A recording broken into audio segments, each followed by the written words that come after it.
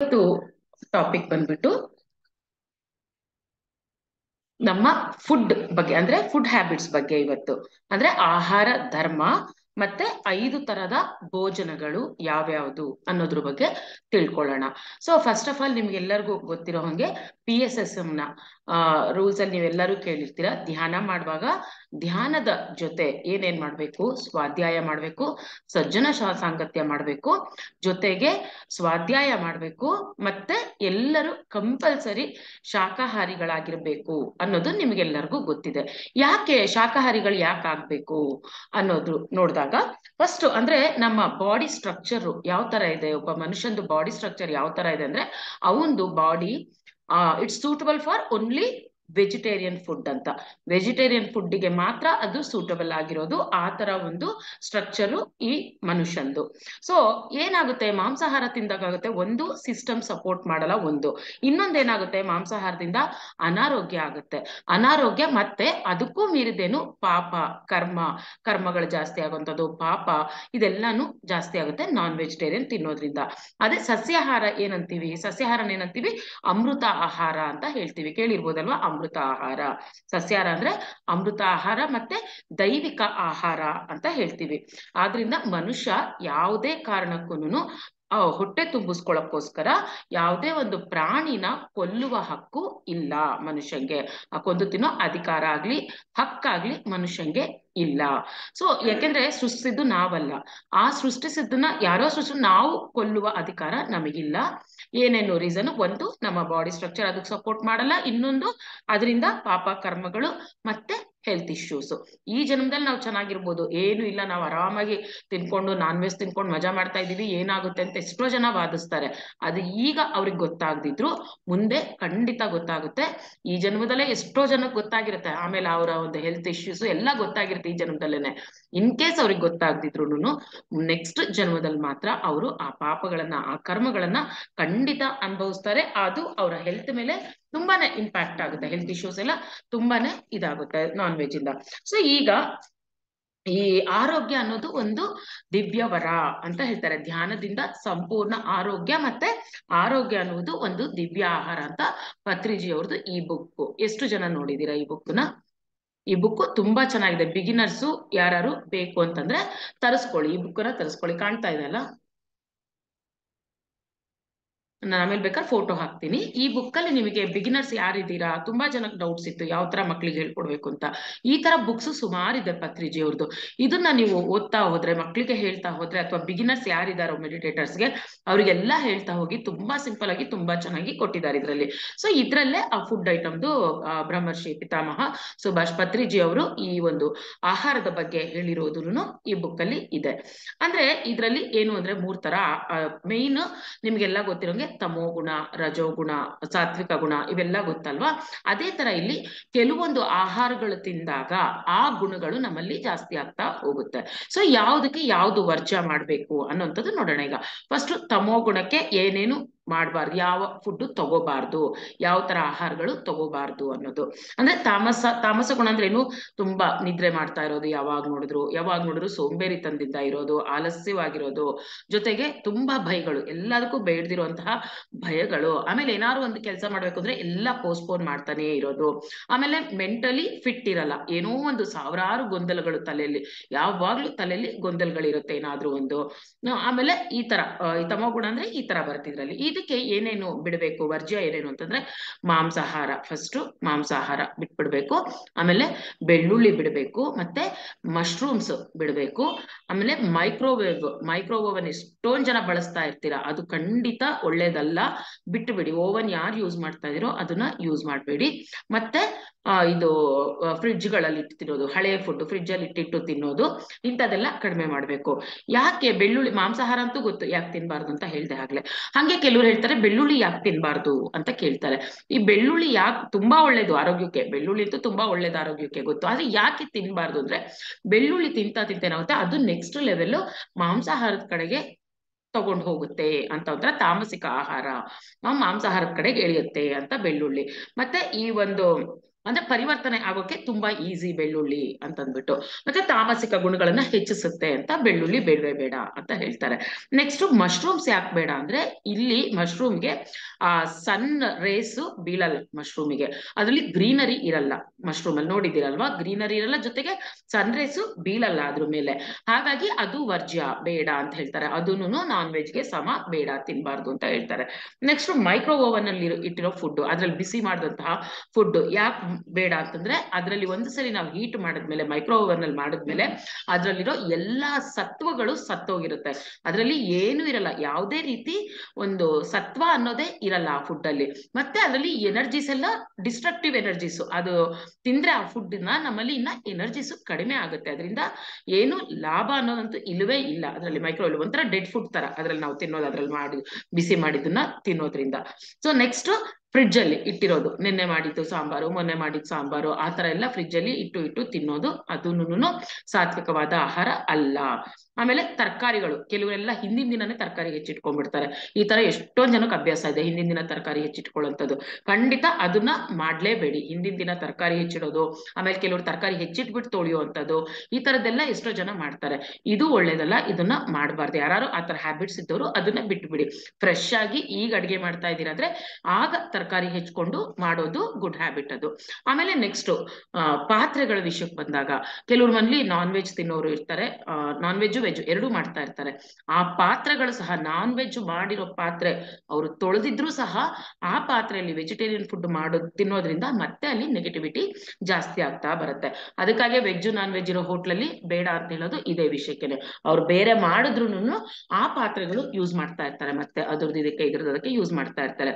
So ಹಾಗಾಗಿ ಶಾಕಾಹಾರಿಗಳು ಅಂದ್ರೆ ಆ ಒಂದು ಪಾತ್ರೆಗಳು ಸಮೇತ ಶುದ್ಧವಾಗಿರಬೇಕು.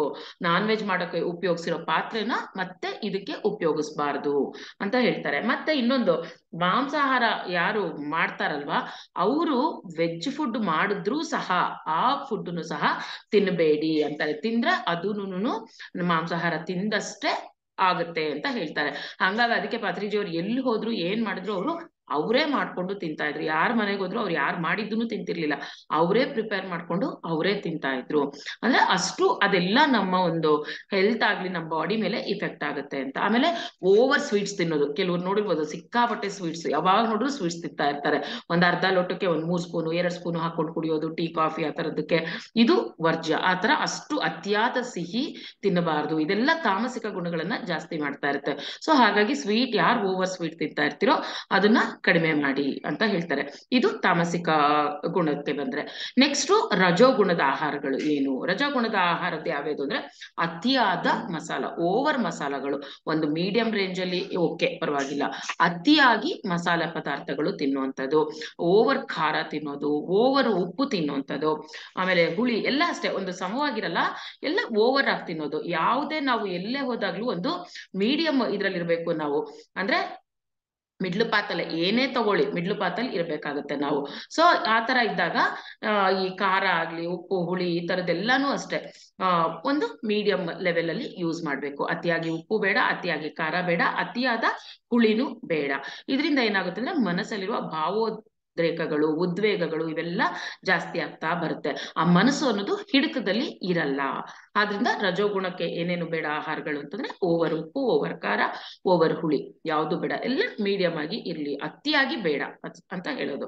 ನೆಕ್ಸ್ಟ್ ಸತ್ವಗುಣ. ಸತ್ವಗುಣ ಇರುವಂತ ಆಹಾರಗಳು ಯಾವ್ಯಾವ್ದು?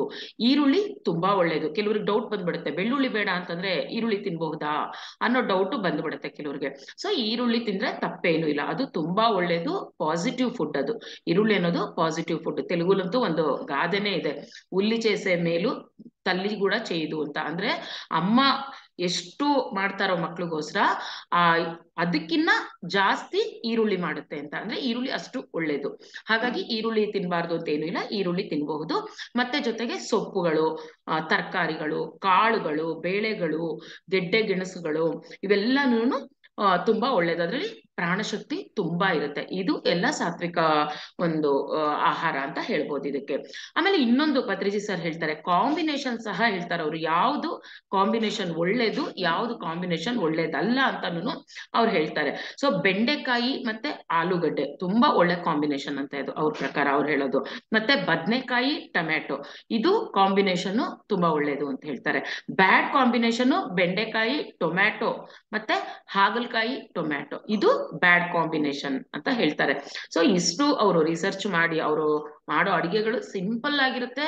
ಅವ್ರ ಕೈಯಿಂದ ಅವ್ರ ಅಡಿಗೆ ಮಾಡಿ ತಿಂದಿರೋರು ಹೇಳ್ತಾರೆ ತುಂಬಾನೇ ಚೆನ್ನಾಗಿರುತ್ತೆ, ಎಷ್ಟು ಸಿಂಪಲ್ ಆಗಿ ಪ್ರಿಪೇರ್ ಮಾಡ್ತಾರೆ ಅಷ್ಟು ಟೇಸ್ಟಿ ಆಗಿರುತ್ತೆ ಅಂತ ಹೇಳ್ತಾರೆ. ಸೊ ನೆಕ್ಸ್ಟ್ ಡಾಮಿನೇಷನ್ ಫುಡ್ ಯಾವುದು, ಡಾಮಿನೇಷನ್ ಫುಡ್ ಅಂತ ಕೆಲವೊಂದು ಐಟಮ್ಸ್, ಅದು ಯಾವ್ಯಾವುದು ಡಾಮಿನೇಷನ್ ಫುಡ್ ಯಾವ್ಯಾವುದು ಅಂತಂತಂದ್ರೆ ಈ ಕೊಬ್ಬರಿ, ಆಮೇಲೆ ಕಡಲೆ ಬೀಜ, ಎಳ್ಳು, ಬೆಲ್ಲ, ಹುಳಿ, ಈ ತರದ್ದೆಲ್ಲ ಈ ಇದನ್ನೆಲ್ಲ ಮಿಕ್ಸ್ ಮಾಡಿದ್ರೆ ವೆಜಿಟೇಬಲ್ಸ್ಗೆ ಮಿಕ್ಸ್ ಮಾಡಿದಾಗ ಇದು ಒಂದು ಡಾಮಿನೇಟಿವ್ ಆಗುತ್ತೆ, ಇದ್ರ ಟೇಸ್ಟ್ಗಳು ಡಾಮಿನೇಟಿವ್ ಆಗಿರುತ್ತೆ ಇದು. ಆಮೇಲೆ ಶುದ್ಧ, ಇದಲ್ಲದೆ ಈಗ ಇದಿಷ್ಟು ಅಲ್ಲದೆ ಶುದ್ಧ ಸಾತ್ವಿಕ ಆಹಾರ ಒಂದಿದೆ. ಶುದ್ಧ ಸಾತ್ವಿಕ, ಸಾತ್ವಿಕ ಆಹಾರ ಬೇರೆ, ಶುದ್ಧ ಸಾತ್ವಿಕ ಆಹಾರ. ಇಲ್ಲಿ ಶುದ್ಧ ಸಾತ್ವಿಕ ಆಹಾರದಲ್ಲಿ ಏನೇನಾಗುತ್ತೆ ಅಂತಂದ್ರೆ ಶುದ್ಧವಾದ ಆಹಾರ ಅಂದ್ರೆ ಫುಡ್ ಐಟಮ್ಸ್ ಸಾತ್ವಿಕವಾಗಿರೋದು ಒಂದು, ಇನ್ನೊಂದೇನು ಜೊತೆಗೆ ಶುದ್ಧ ಸಾತ್ವಿಕ ಆಹಾರ ಅಂತಂದಾಗ ಶುದ್ಧವಾದ ಮನಸ್ಸಿನಿಂದ ಮಾಡೋದು, ಧ್ಯಾನ ಮಾಡ್ಬಿಟ್ಟು ಶುದ್ಧವಾದ ಮನಸ್ಸಲ್ಲಿ ಮಾಡೋದು, ಅದು ಇನ್ನ ಶುದ್ಧ ಸಾತ್ವಿಕ ಆಹಾರ ಆಗುತ್ತೆ ಅಂತ ಹೇಳ್ತಾರೆ. ಅಂದ್ರೆ ಒಂದು ಶೂನ್ಯವಾದ ಮನಸ್ಸಲ್ಲಿರ್ಬೇಕು, ಆ ಮನಸ್ಸಲ್ಲಿ ಬೈಕೊಳ್ಳೋದು ಮಾಡ್ಕೊಂಡು ಮಾಡ್ತಾ ಇರೋದಲ್ಲ, ಕೆಟ್ಟ ಆಲೋಚನೆಗಳು ಮಾಡ್ಕೊಂಡು ಮಾಡೋದಲ್ಲ, ಶುದ್ಧವಾದ ಮನಸ್ಸಿಂದ ಶೂನ್ಯ ಸ್ಥಿತಿಲಿ ಇದ್ಕೊಂಡು ಶುದ್ಧವಾದ ಮನಸ್ಸಿಂದ ಮಾಡಿ ಶುದ್ಧವಾದ ಮನಸ್ಸಿಂದ ಬಡಿಸೋದು.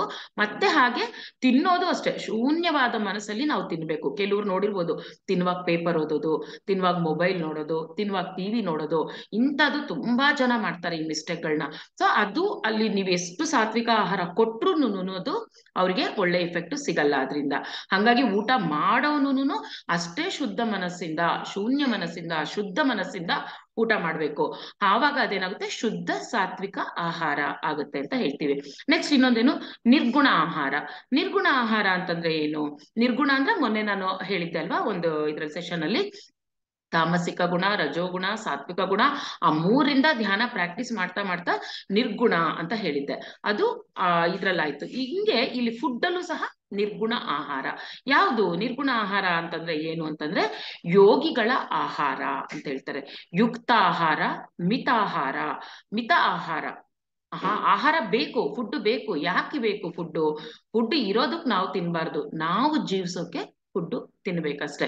ಸೊ ಅದನ್ನ ಮಿತವಾಗಿ ತಿನ್ಬೇಕು, ಹಿತಮಿತವಾಗಿ ತಿನ್ಬೇಕು. ಯೋಗಿಗಳು ತಿನ್ನೋದು ಅದೇ ತರ, ಸುಮ್ನೆ ಹೊಟ್ಟೆ ಫುಲ್ಲು ತಿನ್ನಲ್ಲ. ಯೋಗಿಗಳೇನಕ್ಕೆ ಎಷ್ಟು ಬೇಕೋ ಅಷ್ಟು ಜೀವನಕ್ಕೆ ತಿಂತಾರೆ, ಹಿತ ಮಿತವಾಗಿ ತಿನ್ನಬೇಕು. ಮತ್ತೆ ಕೆಲವು ಉಪವಾಸ ಕಂಟಿನ್ಯೂಸ್, ಎಷ್ಟು ಜನ ಉಪವಾಸದಲ್ಲಿ ಇರ್ತಾರಲ್ವಾ ಈ ಯೋಗಿಗಳು, ಸಾಧನೆ ಮಾಡೋವಂಥವ್ರು ಉಪವಾಸದಲ್ಲಿ ತುಂಬಾ ಉಪವಾಸಗಳು ಮಾಡ್ತಾ ಇರ್ತಾರೆ, ಉಪವಾಸಗಳೆಲ್ಲ ಇರ್ತಾರೆ. ಇದನ್ನೇನಂತಾರೆ ನಿರ್ಗುಣ ಆಹಾರ ಅಂತ ಹೇಳ್ತಾರೆ.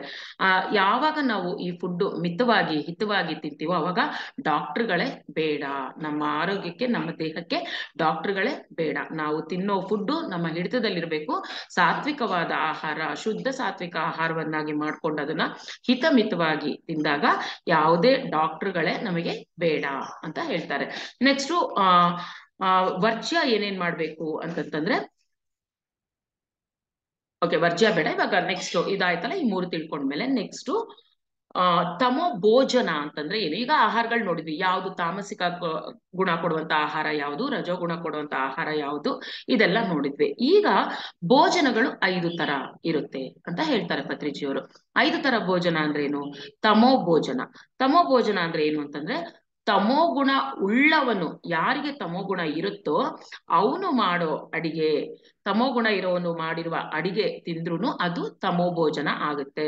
ಮಾಂಸ ತಿನ್ನೋನು, ಅವನು ವೆಜಿಟೇರಿಯನ್ ಫುಡ್ ಮಾಡಿದ್ರು ಸಹ ಅದು ವರ್ಜ್ಯ, ಅದು ತಮೋ ಭೋಜನ ಅಂತ ಹೇಳ್ತಾರೆ ಅದನ್ನ. ಆಮೇಲೆ ಅದನ್ನೇನಂತಾರೆ ಅವರು, ರಾಕ್ಷಸ ಭೋಜನ ಆಗುತ್ತೆ ಅಂತ ಹೇಳ್ತಾರೆ. ಯಾರು ನಾನ್ ವೆಜ್ ತಿನ್ನೋನು ಅಡಿಗೆ ಮಾಡ್ತಾನಲ್ವಾ, ಅದು ವೆಜಿಟೇರಿಯನ್ ಇದ್ರೂನು ಅದನ್ನ ತಿಂದ್ರೆ ರಾಕ್ಷಸ ಭೋಜನ ಅಂತ ಅವ್ರು ಹೇಳ್ತಾರೆ. ಸೊ ಅವ್ನು ಮಾಡೋದು ಪ್ಯೂರ್ ವೆಜ್ಜೇ ಇರ್ಬೋದು, ನಾನ್ ವೆಜ್ ಅವ್ನು ತಿನ್ಕೊಂಡು ಪ್ಯೂರ್ ವೆಜಿಟೇರಿಯನ್ ಫುಡ್ ಪ್ರಿಪೇರ್ ಮಾಡಿದ್ರು ಸಹ ಅದನ್ನ ಅವ್ರು ಏನ್ ಹೇಳ್ತಾರೆ, ರಾಕ್ಷಸ ಭೋಜನ ಅಂತ ಹೇಳ್ತಾರೆ.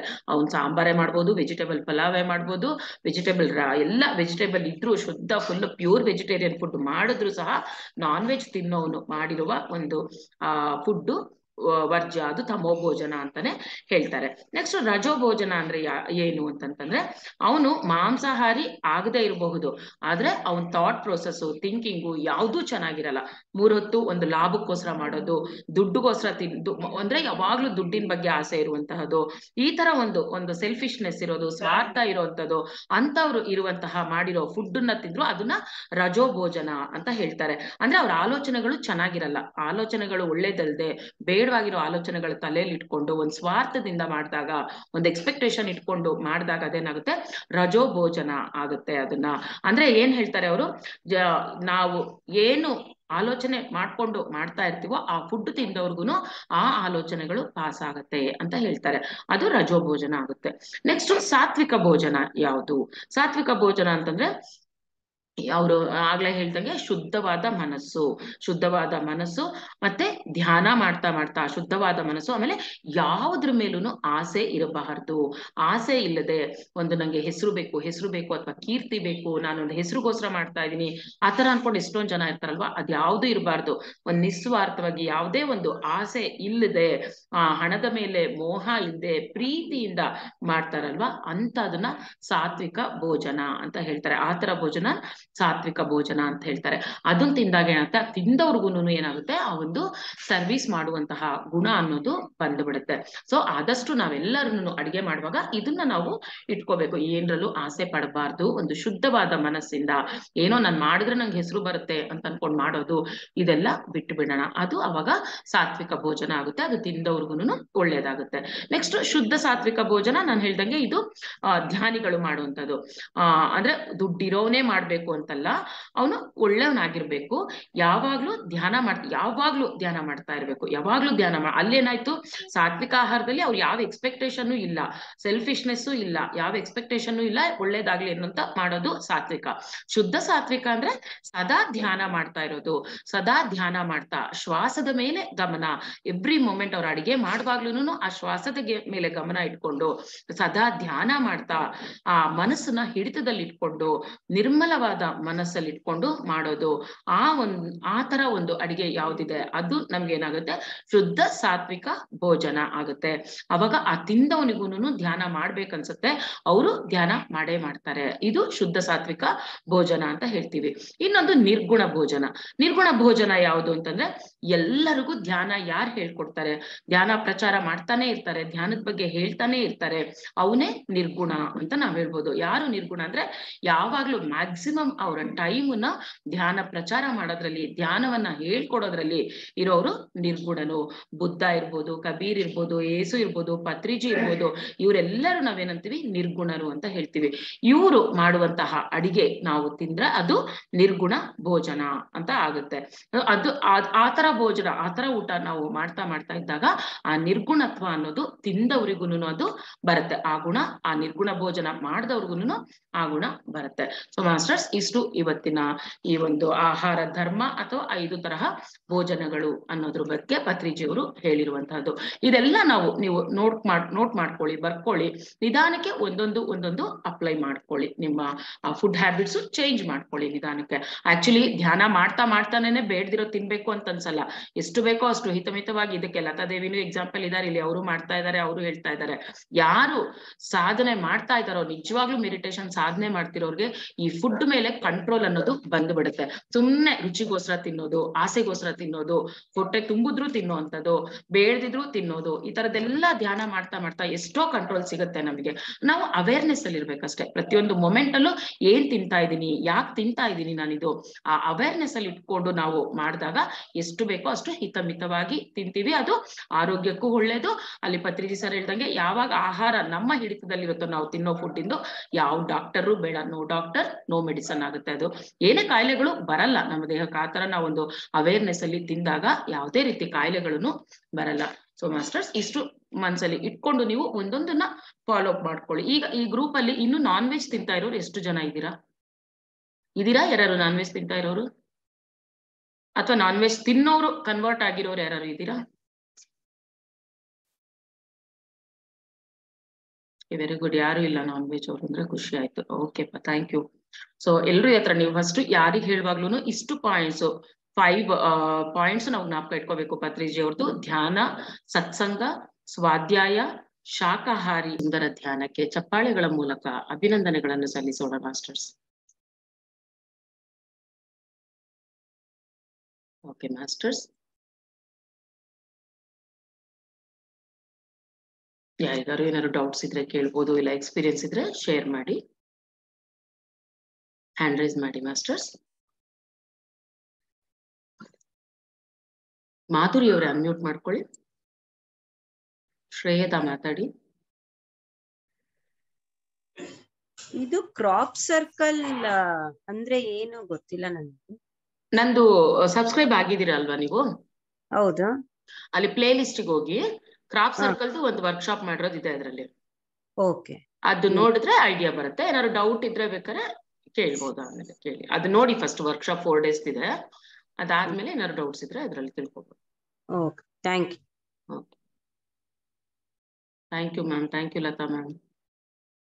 ಮಾಧುರಿ ಅವರೇ ಅನ್ಮ್ಯೂಟ್ ಮಾಡ್ಕೊಳ್ಳಿ. ನಮಸ್ತೆ ಮ್ಯಾಮ್. ಹಾ ನಮಸ್ತೆ ಮೇಡಮ್, ಹೇಗನ್ನಿಸ್ತು? ಚೆನ್ನಾಗಿತ್ತು.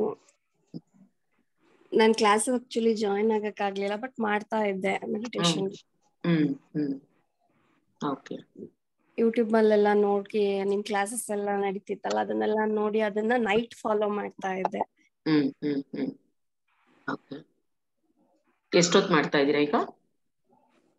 ಮಾಡ್ತೀನಿ ಮ್ಯಾಮ್, 1 hour 2 hour ಹಾಗೆ ಟೈಮ್ ಸಿಗುತ್ತೆ ಹಾಗೆ ಮಾಡ್ತಾ ಇರ್ತೀನಿ. Okay okay. ಡಿಫ್ರೆನ್ಸಸ್ ಚೇಂಜಸ್ ಏನಾರು? ಚೇಂಜಸ್ ಆಗ್ತಾ ಇದೆ. ಅದೇ ಆತ್ಮಜ್ಞಾನ ನೆನ್ನೆ ಅದ್ ಆಕ್ಚುಲಿ ಕ್ಲಾಸ್ ಯೂಟ್ಯೂಬ್ ಅಲ್ಲಿ ನೋಡ್ದೆ. ಏನೇನು ನಮ್ಮ ಲೈಫ್ ಅಲ್ಲಿ ಹಿಂದೆಗೂ ಮುಂದೆಗೂ ಎಷ್ಟು ಚೇಂಜಸ್ ಆಗಿದೆ, ಅದೇ ಆತ್ಮಜ್ಞಾನ ಅಂತ. Okay madam, okay, thank you. Latha madam ಮಾತಾಡಿ. ನಮಸ್ತೆ ಮ್ಯಾಮ್. ನಮಸ್ತೆ ಮೇಡಮ್, ಹೇಳಿ. ಅದು ಏನಂದ್ರೆ ನಿನ್ನೆ ಮೆಡಿಟೇಷನ್ ಇರ್ಲಿಲ್ಲ ಅಲ್ವಾ, ಬಟ್ ನಾನು ಪಾರ್ಕ್ಗೆ ಹೋಗ್ಬಿಟ್ಟು ಅಲ್ಲೇ ಕುತ್ಕೊಂಡು ನಿಮ್ದು ಗೈಡೆಡ್ 1 ಮೆಡಿಟೇಷನ್ ಹಾಕೊಂಡು ಮಾಡ್ತಾ ಇದ್ದೆ. ಯಾರೋ ಬಂದು ಪಕ್ಕದಲ್ಲಿ ಕೂತಿದ್ರು. ನಂದು ಅದೆಲ್ಲ ಮುಗಿಸ್ಕೊಂಡಾದ್ಮೇಲೆ ಏನ್ರಿ ಹಿಂಗ್ ಸುಮ್ನೆ ಕಣ್ಮುಚ್ಕೊಂಡು ಕುತ್ಕೊಂಡಿದ್ದೀರಲ್ವಾ ಅಂತ ಹೇಳಿದ್ರು. ಅದಕ್ಕೆ ನೋಡಿ ಈ ತರ ಇದೆ, ಏನೂ ಇಲ್ಲ. ಅವರು ತುಂಬಾ ಕಾಲ್ ನೋವು ಹಾಗೆ ಹೀಗೆ ಅಂತ ಎಲ್ಲ ಹೇಳ್ತಾ ಇದ್ರು. ಏನು ಮಾಡ್ಬೇಡಿ, ನಾನ್ ನಿಮ್ದು ಒಂದು ಇದನ್ನ ಅವ್ರಿಗೆ ತೋರಿಸ್ದೆ ಮತ್ತೆ ಕಳಿಸ್ದೆ ಅವ್ರಿಗೆ. ಇವ್ರು ಇದಕ್ ಸೇರ್ಕೊಳ್ಳಿ, ಇಷ್ಟ ಇದ್ರೆ ನಿಮ್ಗೆ. ಇಲ್ಲ ಅಂದ್ರೆ ಇವ್ರದ್ದು ತುಂಬಾ ಸಿಗತ್ತೆ ಗೈಡೆಡ್ ಮೆಡಿಟೇಷನ್, ಇದನ್ನ ಹಾಕೊಂಡ್ ಮಾಡಿ. ಅದಕ್ಕೆ ಅವ್ರು ಹೇಳ್ತಾರ, ಅಯ್ಯೋ ಎಂತ ಒಳ್ಳೆ ಇದು ಸಿಕ್ತು ಅಂದ್ರೆ, ಮೊನ್ನೆ ನಂಗೆ ನಿದ್ದೆನೇ ಬರ್ತಿರ್ಲಿಲ್ಲ. ಸುಮ್ನೆ ಕೃಷ್ಣನ್ ಮುಂದೆ ಕುತ್ಕೊಂಡು ಕೃಷ್ಣ ಯಾಕಪ್ಪ ಈ ಶಿಕ್ಷೆ ಅಂತ ಕೇಳ್ತಾ ಇದ್ದೆ. ಬಟ್ ನೀವ್ ಇದ್ ಹೇಳಿದ್ದು ತುಂಬಾ ಒಳ್ಳೇದಾಯ್ತು ಅಂತ ಹೇಳಿ. ಅವ್ರು ಯಾರಂತಾನೆ ನಂಗೆ ಗೊತ್ತಿಲ್ಲ ಮೇಡಮ್, ಸುಮ್ನೆ ಬಂದ್ ಅವ್ರು ಕುತ್ಕೊಂಡಿದ್ರು. ಏನ್ರಿ ನೀವು ಕಣ್ಮುಚ್ಕೊಂಡು ಸುಮ್ನೆ ಕುತ್ಕೊಂಡಿದ್ರು, ನಾವೆಲ್ಲ ಇಲ್ಲೆಲ್ಲ ಎಷ್ಟು ಗಲಾಟಿಗಳು ನಡೀತಾ ಇದೆ ಅಂತ. ನಮ್ಮ ಮೆಡಿಟೇಷನ್ ಅಂದ್ರೆ ಅದೇ ತರ ಇರೋದು. ನೇಚರ್ ಅಲ್ಲಿ ಕುತ್ಕೊಂಡು ಎಷ್ಟೇ ಗಲಾಟೆ ಇದ್ರು ನಾವು ಏಕಾಗ್ರತೆಗೆ ಬಂದು ನಾವು ಮೆಡಿಟೇಷನ್ ಮಾಡ್ಬೇಕು ಅಂತ. ಹಾಗಿದ್ರೆ ನಂಗೂ ಏನ್ ಹೇಳಿ ಅನ್ನೋದಕ್ಕೆ ಸ್ವಲ್ಪ ಎಕ್ಸ್ಪ್ಲನೇಷನ್ ಕೊಟ್ಟೆ. ಸೊ ನೀವು ಇಂಟ್ರೆಸ್ಟ್ ಇದ್ರೆ ಸೇರ್ಕೋಬಹುದು ಅಂತ ಹೇಳ್ಬಿಟ್ಟು ನಿಮ್ದು ಇದೆಲ್ಲ ಕಳ್ಸಿದೀನಿ ಮ್ಯಾಮ್ ಅವ್ರಿಗೆ. ಅವ್ರು ಅದನ್ನ ನಾನು ಮಾಡ್ತೀನಿ ಅಂತ ಹೇಳಿ ಇದ್ ಮಾಡಿದ್ದಾರೆ. Great ma'am, great, very good. ನಿಮಗ್ ಗ್ರೇಟ್ ಹೇಳ್ಬೇಕು ಮ್ಯಾಮ್, ಯಾಕಂದ್ರೆ ನಿಮ್ಮಂತ ಗೈಡ್ ಮಾಡೋರು ಸಿಗ್ಬೇಕಲ್ವಾ ನಮ್ಗೆ. Thank you so much ma'am. Thank you, thank you ma'am, thank you. Okay ma'am, ಆಗ್ಲಿ, ಒಳ್ಳೇದಾಗ್ಲಿ. ಅವ್ರಿಗೂ ಮಾಡಿದ್ರೆ 41 days ಮಾಡಿ ಅಂತ ಹೇಳ್ಬೇಕಿತ್ತು. ಮತ್ತೆ ನಂಗೆ ತುಂಬಾ ಎಕ್ಸ್ಪೀರಿಯನ್ಸಸ್ ಆಗ್ತಿದೆ, ಬಟ್ ಅದನ್ನ ಹೆಂಗ್ ಹೇಳ್ಕೊಡೋದು ಅಂತ ಹೇಳಿ ಗೊತ್ತಾಗ್ತಾ ಇಲ್ಲ. ನಾನು ಬರ್ದು ಇಡ್ತಾ ಇದ್ದೀನಿ ಮ್ಯಾಮ್. ಹೇಳ್ತಾ ಇರೋದು. ಮತ್ತೆ ನಂಗೆ ಡೈಲಿ ಒಂದೊಂದು ಕಾಯಿನ್ ಸಿಗತ್ತೆ ma'am. Very good, very good. Daily ಒಂದೊಂದು ಕಾಯಿನ್ ಸಿಗತ್ತೆ. ನಾನು ಇದು ದೇವಸ್ಥಾನಕ್ಕೆ ಹೋಗಿ ಬರುವಾಗ, ಪಾರ್ಕ್ ಹೋಗಿ ಬರುವಾಗ್ಲೋ ಅಥವಾ ಹೋಗುವಾಗ್ಲೋ ಎಲ್ಲ ಒಂದೊಂದು ಕಾಯಿನ್ ಸಿಗತ್ತೆ. ಅದಕ್ಕೆ ನಿಮ್ಗೊಂದು ಥ್ಯಾಂಕ್ಸ್, ಪತ್ರಿಜಿ ಸರ್ಗೆ ಮತ್ತೆ ಏಂಜಲ್ಸ್ಗೆಲ್ಲ ಥ್ಯಾಂಕ್ಸ್ ಹೇಳ್ಬಿಟ್ಟು ಕಲೆಕ್ಟ್ ಮಾಡ್ತಾ ಇದ್ದೀನಿ ಅಷ್ಟೇ. Good good ma'am, good, great. ದಿನ ಸಿಗತ್ತೆ ಅಂದ್ರೆ lucky. Thank you, thank you. Angels ಜೊತೆ ಇದ್ದಾರೆ. ಅದೇ, ಹೌದು, ಖಂಡಿತ. Thank you ma'am, thank you. Thank you, thank you. Shobha ಅವರೇ ಮಾತಾಡಿ. ಶೋಭಾ ಅವರೇ ಮಾತಾಡಿ, ಅನ್ಮ್ಯೂಟ್ ಮಾಡ್ಕೊಳ್ಳಿ. ನಮಸ್ತೆ ಮೇಡಮ್. ನಮಸ್ತೆ ಮೇಡಮ್, ಹೇಳಿ. ಅದೇ ಮೇಡಮ್, ನೀವು ಬೆಳ್ಳುಳ್ಳಿ ಅವೆಲ್ಲ ತಿನ್ಬೇಡ್ರಿ ಅಂತ ಹೇಳಿದ್ರಲ್ಲ, ಶುಂಠಿ ತಿನ್ಬೋದಾ? ಶುಂಠಿ ತಿನ್ಬೋದು ಮೇಡಮ್. ಟೀಗೆಲ್ಲ ಹಾಕೊಂಡ್ ಕುಡಿತೀವಲ್ಲ, ಅದಕ್ಕೆ ಕೇಳಿದೆ ಮೇಡಮ್. ಶುಂಠಿ ಕುಡಿಬೋದು ಮೇಡಮ್. ತಿನ್ಬೋದು. ಮತ್ತೆ ಬೆಳ್ಳುಳ್ಳಿ ಒಂದು ವರ್ಜ್ಯ ಅಷ್ಟೇ, ನಮ್ ವೆಜಿಟೇರಿಯನ್ ಫುಡ್ ಅಲ್ಲಿ ಬೆಳ್ಳುಳ್ಳಿ ಒಂದಷ್ಟು. ಸರಿ ಸರಿ ಮೇಡಮ್. ಇದು ಸಂಕಲ್ಪ ಧ್ಯಾನ ಮಾಡ್ಸಿದಿರಲ್ಲ, ಅದನ್ನ ನಾನು ಡೈಲಿ ಮಾಡ್ತಾ ಇದ್ದೀನಿ. 9 ಗಂಟೆಯಿಂದ 10 ಗಂಟೆ ದಿನ, ಒಂದಿನ ಬಿಟ್ಟಿಲ್ಲ. ನೀವು ಮಾರ್ಚ್ 9 ತಾರೀಕು ಮಾಡ್ಸಿರೋದು ಮೇಡಮ್. ಅಲ್ಲಿಂದ ಇಲ್ಲಿವರೆಗೂ ಮಾಡ್ತಾ ಇದ್ದೀನಿ. ಆದ್ರೆ ಹರೀಶ್ ಸರು ಅದನ್ನ ಸಂಕಲ್ಪ ಧ್ಯಾನ ಏನ್ ಮಾಡಕ್ ಹೋಗ್ಬಿಡ್ರಿ, ಹಂಗೆ ಧ್ಯಾನ ಮಾಡ್ರಿ ಅಂತ. ಅಂದ್ರೆ ನೀವು ಅವ್ರು ಹೇಳಿದ ಅರ್ಥ ಮಾಡ್ಕೋಬೇಕು. ಏನ್ ಹೇಳಿದ್ದವ್ರು ಅಂದ್ರೆ ಕೇಳಿ, ಸಂಕಲ್ಪ ಧ್ಯಾನ ಅವರು ಇದು ನಮ್ಗೆ ಯೂನಿವರ್ಸು ಬಂಗ್ಲೆ ಕೊಡ್ತಾ ಇರ್ತದೆ, ನೀವು ಗುಡಿಸಲ್ ಕೇಳ್ತೀರಿ ಅಂತ ಅಷ್ಟೇ. ಯಾವ್ದಕ್ ಯೂಸ್ ಮಾಡ್ಬೇಕು ಆ ಸಂಕಲ್ಪ ಅನ್ನೋದು ಅಂದ್ರೆ, ಈಗ ನೋವುಗಳು, ವಿಪರೀತ ನೋವುಗಳಿತ್ತು ನಿಮ್ಗೆ, ಹೆಲ್ತ್ ಇಶ್ಯೂಸ್ ಇತ್ತು ಅಂತ, ಅದಕ್ಕೆ ಮಾಡಿ ಅಂತಂತಾರೆ ಸಂಕಲ್ಪ. ಆಕ್ಚುಲಿ ಆ ಸಂಕಲ್ಪ ಧ್ಯಾನ ಏನಕ್ಕೆ ಅಂದ್ರೆ, ಕೆಲವರಿಗೆ ಅಭ್ಯಾಸ ಆಗೋಗ್ಬಿಟ್ಟಿದೆ ದೇವ್ರನ್ನ ಕೇಳ್ಕೊಂಡು ಬೇಡ ಅಂತಂದ್ರೆ ಅದು ಅಭ್ಯಾಸ ಬಂದ್ ಬಿಟ್ಟಿರುತ್ತೆ ಅಂತವ್ರಿಗೆ. ಆ ಕಾನ್ಸಂಟ್ರೇಷನ್ ಇಲ್ದಿದ್ರೆ ಅದೇನೋ ಒಂಥರ ಸಮಾಧಾನನೇ ಆಗಲ್ಲ. ಈಗ ಧ್ಯಾನದಲ್ಲಿ ನೀವು ಎಷ್ಟೋ ವರ್ಷ ಇದ್ದು ಮಾಡ್ದವ್ರಿಗೆ ಗೊತ್ತಾಗುತ್ತೆ, ನಾವು ಧ್ಯಾನ ಮಾಡೋದ್ರಿಂದ ಪ್ರತಿಯೊಂದು ನಮ್ಗೆ ಒಳ್ಳೇದಾಗುತ್ತೆ ಅಂತ ಗೊತ್ತಾಗ್ಬಿಡುತ್ತೆ. ಕೆಲವರಿಗೆ ಆ ಸಂಕಲ್ಪ ಇಲ್ದಿದ್ರೆ ಒಂಥರ ಅವ್ರಿಗೆ ಮಾಡೋ ಇಂಟ್ರೆಸ್ಟು ಬರ್ತಾ ಇಲ್ಲ ಎಷ್ಟೊಂದ್ ಜನಕ್ಕೆ. ಹಂಗಾಗಿ ಅದೊಂದು ಸಂಕಲ್ಪನ ಒಂದು ಪಾಸಿಟಿವ್ ಮೈಂಡ್ ಅಲ್ಲಿ ಇರಿ, ಪಾಸಿಟಿವ್ ಆಗಿರಿ, ನನಗೆಲ್ಲ ಒಳ್ಳೇದೇ ಆಗುತ್ತೆ ಅನ್ನೋ ನಂಬಿಕೆಯಲ್ಲಿ ಇರಿ ಅನ್ನೋ ಒಂದಕ್ಕೆ ಕೆಲವ್ರು ಕೇಳ್ತಾ ಇದಾರೆ ಸಂಕಲ್ಪ. ಈಗ ಎಷ್ಟೋ ಜನ ಬೇರೆಯವರೆಲ್ಲ ಸ್ಟಾರ್ಟ್ ಮಾಡಿರೋದಕ್ಕೆ ಬೇಕು ಅನ್ನೋ ತರ, ಸಂಕಲ್ಪ ಧ್ಯಾನ ಬೇಕೇ ಬೇಕು ಅನ್ನೋ ತರ ಕೆಲವ್ರಿಗೆ ಆ ತರ ಎಲ್ಲ. ಏನು ಅಂದ್ರೆ ಮೇಡಮ್, ನಾವೊಂದು ನಂಬಿಕೆ ಇಟ್ಟು ಮಾಡಿದಾಗ ಎಲ್ಲ ಒಳ್ಳೇದೇ ಆಗುತ್ತೆ.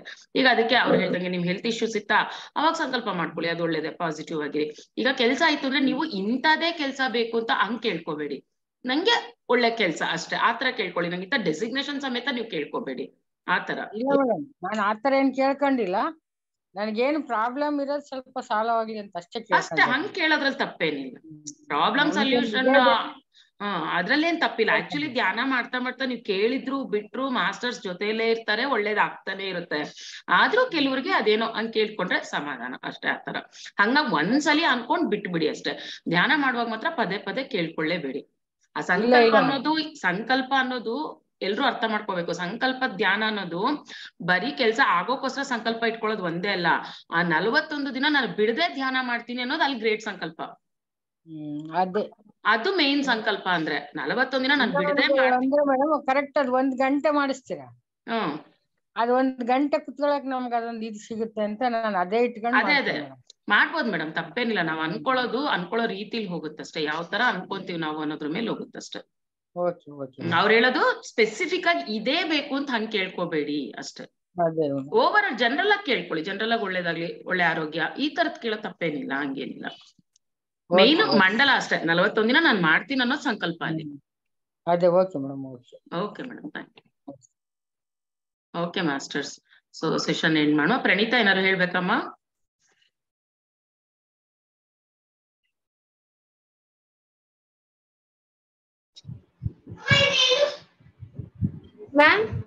ಹೇಳಮ್ಮ. ಇವತ್ತು ನನಗೆ ಕೃಷ್ಣ ಕಾಣಿಸ್ತೀನಿ. Very good, very good. ಮತ್ತೆ ಕೊಳಲು ಊದ್ತಿರೋದು ಕೇಳಿಸ್ತು ಮ್ಯಾಮ್, ಹಾಡಿಲ್ಲ. ಕೇಳಿಸ್ತಾ? Ma'am very good, very good, very good, great. Full ಮಾಡಿದ್ಯಾ ಧ್ಯಾನ? ಅರ್ಧದಲ್ಲಿದ್ಯಾ? ಫುಲ್ಲು ಮಾಡಿದ್ಯಾ? Very good, very good, very good. Okay masters, session end ಮಾಡೋಣ ಮಾಸ್ಟರ್ಸ್, ಮತ್ತೆ ನಾಳೆ ಸಿಗೋಣ.